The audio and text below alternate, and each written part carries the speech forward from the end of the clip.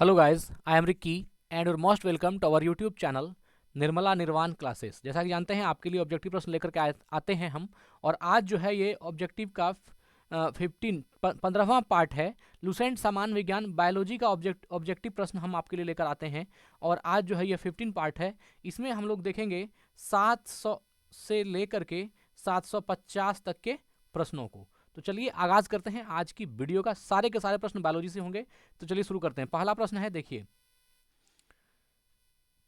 पीलिया रोग से रुधिर में निम्न को मात्रा बढ़ जाती है। पीलिया रोग से रुधिर में निम्न की मात्रा बढ़ जाती है को लिख दिया। चलिए, ऑप्शन 1 है बिलीरुबिन, ऑप्शन 2 है पाइरुबिक अम्ल, ऑप्शन 3 है वाकुब अम्ल, ऑप्शन 4 है haemoglobin. Right answer option number 1 होगा मित्र, है ना, बिलीरुबिन। क्या होगा? बिलीरुबिन। तो पीलिया रोग से रुधिर में किसकी मात्रा बढ़ जाती है? बिलीरुबिन की। आगे बढ़ते हैं। हिपेटाइटिस मानव शरीर के किस अंग को प्रभावित करता है? जिगर, अग्न्याशय, तिल्ली या छोटी आंत, है ना। तो हेपेटाइटिस किस अंग को प्रभावित करता है? आप जानते ही हैं। इसका राइट आंसर ऑप्शन नंबर 1 हो जाएगा, जिगर, है ना। किसको? जिगर को। तो हेपेटाइटिस जो है वह मानव शरीर के किस अंग को प्रभावित करता है? जिगर को। चलिए आगे बढ़ते हैं। किस प्रकार का रोगजनक जल जनित रोग हेपेटाइटिस ए का कारण बनता है? परजीवी, वायरल, प्रोटोजोआ या बैक्टीरियल? राइट आंसर इसका ऑप्शन नंबर बी हो जाएगा, वायरल। क्या होगा? वायरल जो है इसका राइट आंसर होगा। चलिए आगे बढ़ते हैं। हेपेटाइटिस बी निम्नलिखित में से किसके कारण होने वाला संक्रामक रोग है जो यकृत को प्रभावित करता है? वायरस, फंगी, बैक्टीरिया या प्रोटोजोआ? तो इसका राइट आंसर ऑप्शन नंबर 1 हो जाएगा, वायरस। चलिए आगे बढ़ते हैं। मेनिनजाइटिस रोग किसको प्रभावित करता है? वृक्क को, यकृत को, हृदय को, मस्तिष्क को? तो मेनिनजाइटिस जो है यह ऑप्शन नंबर डी, मस्तिष्क को प्रभावित करता है, आप जानते ही हैं। चलिए, एडवर्ड जेनर निम्नलिखित में से किस रोग से जुड़े हैं? विसूचिका, अंत्रज्वर, चेचक या लकवा? राइट आंसर इसका ऑप्शन नंबर सी हो जाएगा, चेचक से। किससे? चेचक से। चलिए आगे बढ़ते हैं। चेचक स्मॉल पॉक्स होने का कारण है?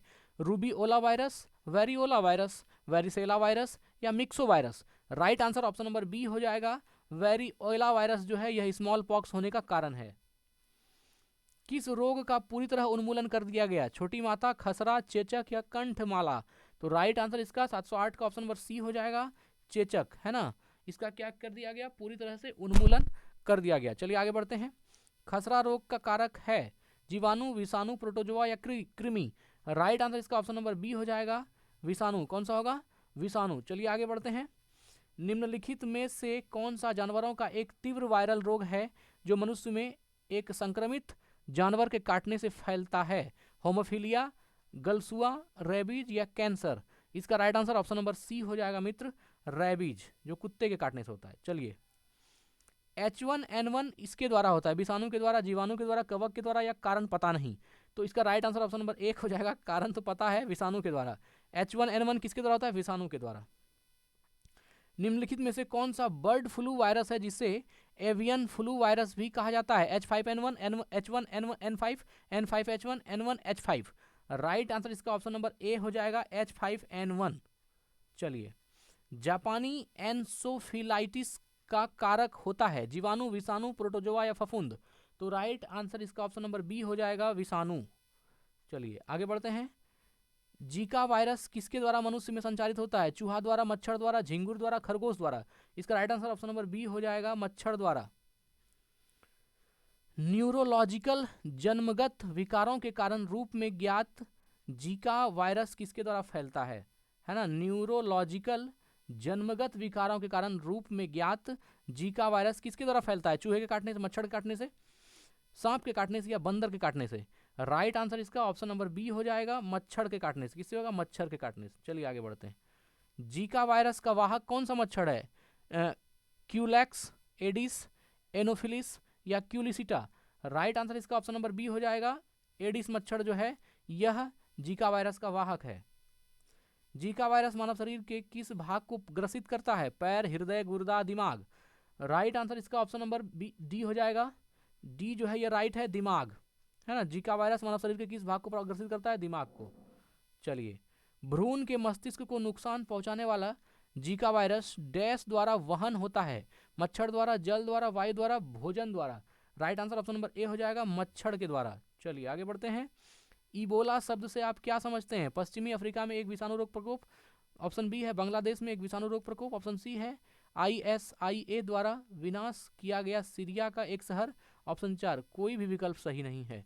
तो इसका जो राइट आंसर है ऑप्शन नंबर ए है मित्र, पश्चिमी अफ्रीका में एक विषाणु रोग प्रकोप। यह जो है इबोला शब्द है। चलिए आगे बढ़ते हैं। एथलीट फुट नामक बीमारी किससे उत्पन्न होती है? तो इसका right answer option number B हो जाएगा, जीवाणु द्वारा या कवक द्वारा, प्रोटोजोआ नेमिटोड। तो ये कवक के द्वारा, किसके द्वारा? कवक के द्वारा। गंजा दमाद 5 फ्रूट स्ट्रिक लगा दीजिएगा, एथलीट फुट आ जाएगा। चलिए, कौन सा रोग कवक के कारण होता है? पोलियो, त्वचा का प्रदाह, हैजा या इनमें से कोई नहीं? राइट आंसर इसका ऑप्शन नंबर बी हो जाएगा मित्र, त्वचा का प्रदाह जो है यह कवक के कारण होता है। चलिए, त्वचा का प्रदाह। रिंगवर्म नामक बीमारी डैश के कारण होता है? कवक के कारण, बैक्टीरिया के कारण, वायरस के कारण या मक्खियों के कारण? राइट आंसर ऑप्शन नंबर 1 है, ये कवक के कारण होता है। चलिए, दाद की बीमारी निम्नलिखित में से किस प्रकार की होती है? बैक्टीरियल, प्रोटोजोअन, वायरल या फंगल? तो राइट आंसर इसका ऑप्शन नंबर डी हो जाएगा, फंगल, है ना। दाद की बीमारी फंगल की जो है किस प्रकार की होती है? फंगल प्रकार। चलिए आगे बढ़ते हैं।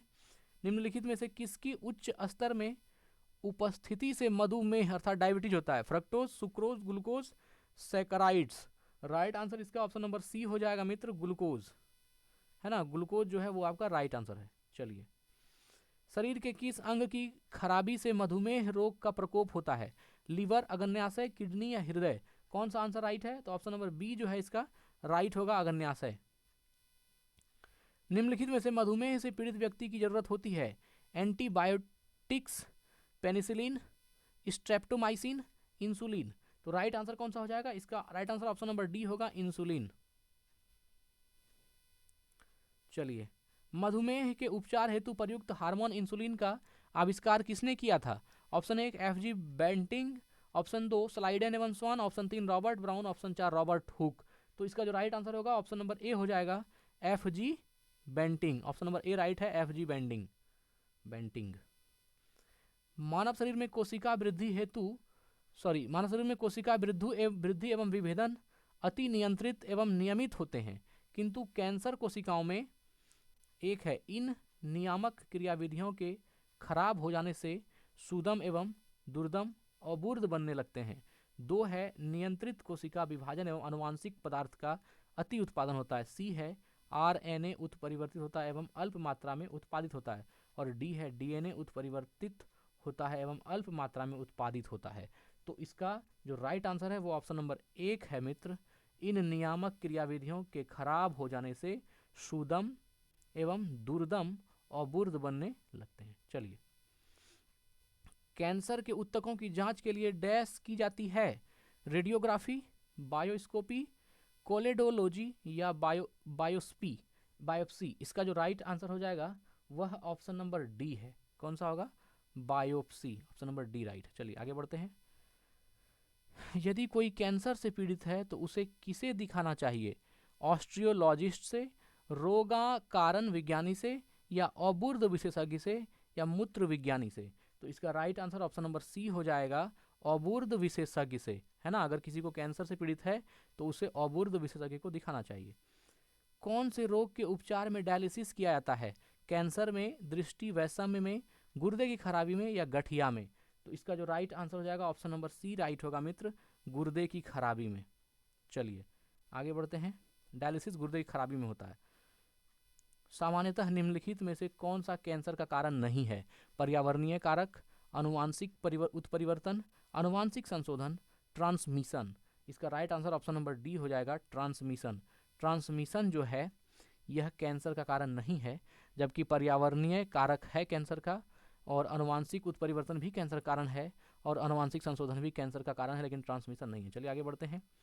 कैंसर के उपचार में निम्नलिखित में से किसका प्रयोग किया जाता है? इलेक्ट्रोथेरेपी, साइकोथेरेपी, कीमोथेरेपी या फिजियोथेरेपी? तो इसका right answer option number C हो जाएगा, कीमोथेरेपी, है ना। कीमोथेरेपी से इसका प्रयोग किया जाता है कैंसर के उपचार में। कीमोथेरेपी किस रोग के उपचार के लिए दी जाती है? जानते ही हैं, हृदय रोग, गुर्दे की विफलता, हिपेटाइटिस या कैंसर? तो जानते ही हैं, अभी जस्ट पढ़ा आपने, कैंसर में उपयोग होता है। चलिए ऑप्शन डी राइट है। सामान्यतः रक्त कैंसर के रूप में निम्नलिखित में से किसे वर्गीकृत किया नहीं जा सकता? कार्सिनोमा, ल्यूकेमिया, मेयीलोमा या लिम्फोमा। राइट आंसर इसका ऑप्शन नंबर ए होगा मित्र, कार्सिनोमा, है ना। सामान्यतः रक्त कैंसर के रूप में निम्नलिखित में से किसे वर्गीकृत किया जाता है, तो कार्सिनोमा को। चलिए आगे बढ़ते हैं। ब्लड कैंसर को आमतौर पर इस नाम से जाना जाता है, ल्यूकोडर्मा, ल्यूकेमिया, एनीमिया या फिर होमोफिलिया। तो इसका जो राइट आंसर होगा ऑप्शन नंबर बी हो जाएगा, ल्यूकेमिया। ल्यूकेमिया एक प्रकार का कैंसर है जिसमें असाधारण बढ़ोतरी होती है अस्थि कोशिकाओं की संख्या में, प्लेटलेट की संख्या में, लाल रक्त कोशिकाओं की संख्या में या श्वेत रक्त कोशिकाओं की संख्या में। तो इसका जो राइट आंसर हो जाएगा ऑप्शन नंबर डी होगा मित्र, श्वेत रक्त कोशिकाओं की संख्या में। यह जो है आपका राइट आंसर होगा। निम्नलिखित में से किसका उपयोग रक्त कैंसर के उपचार में किया जाता है, आयोडीन 131, सोडियम 24, फास्फोरस 32 या कोबाल्ट 60। तो कैंसर में आप जानते ही हैं कोबाल्ट 60 का इस्तेमाल होता है, ऑप्शन डी राइट है। ल्यूकेमिया एक प्रकार का मानव रोग है जो कि सफ़ेद रक्त कोशिका का कैंसर है, जो विटामिन की कमी की वजह से होती है, जो प्रोटीन के अधिक सेवन कारण होता है, या जो मस्तिष्क का कैंसर है। तो राइट आंसर इसका ऑप्शन नंबर ए होगा मित्र, सफ़ेद रक्त कोशिकाओं का कैंसर है। ल्यूकेमिया क्या है, एक सफ़ेद रक्त कोशिकाओं का कैंसर है।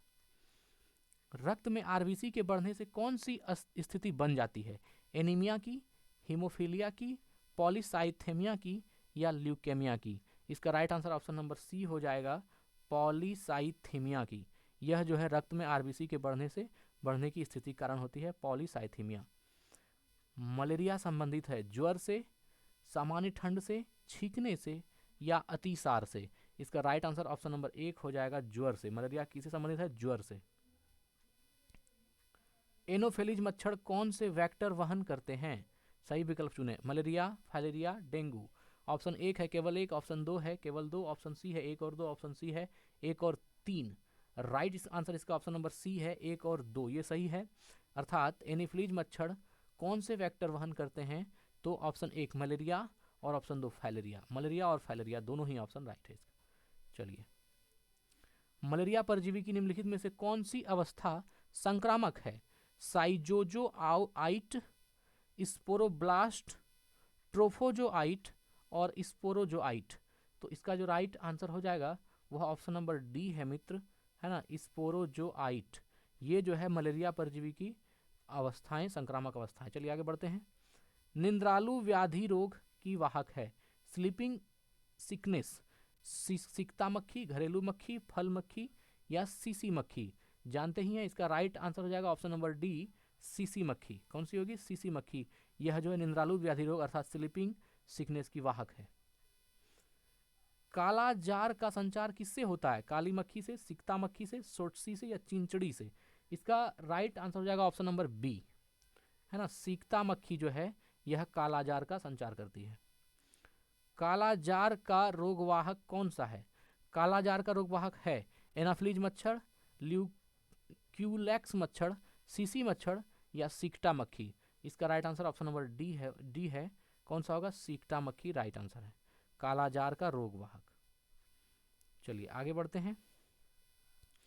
निम्नलिखित में से कौन सी धातु इटाई इटाई रोग पैदा करती है, ऑप्शन ए कैडमियम, ऑप्शन दो क्रोमियम, ऑप्शन तीन कोबाल्ट, ऑप्शन चार कॉपर। राइट आंसर इसका ऑप्शन नंबर एक है ना, कैडमियम, ये राइट आंसर है। चलिए आगे बढ़ते हैं। गलगंड अर्थात वर्धित अवटु ग्रंथि का बढ़ना मुख्यतः किसकी कमी के कारण होता है, सोडियम, आयोडीन, कैल्शियम या लोहा। तो इसका जो राइट आंसर हो जाएगा ऑप्शन नंबर बी हो जाएगा मित्र, आयोडीन, है ना, ऑप्शन नंबर बी राइट है, आयोडीन।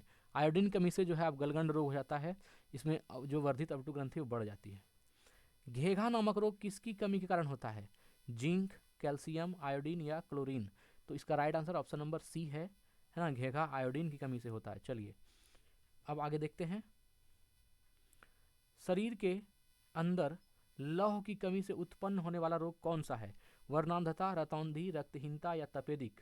बताइए राइट आंसर कौन सा है ना, शरीर के अंदर लौह की कमी से होने वाला रोग कौन सा है, तो ऑप्शन नंबर सी जो है ये आपका राइट है, रक्तहीनता। रक्तहीनता जो है ये लौह की कमी से होने वाला रोग है। तो ठीक है मित्र, आज हम लोगों ने जो है पार्ट 15 को देखा। फिर आते हैं अगले वीडियो आपके लिए, इतना ही प्यार से।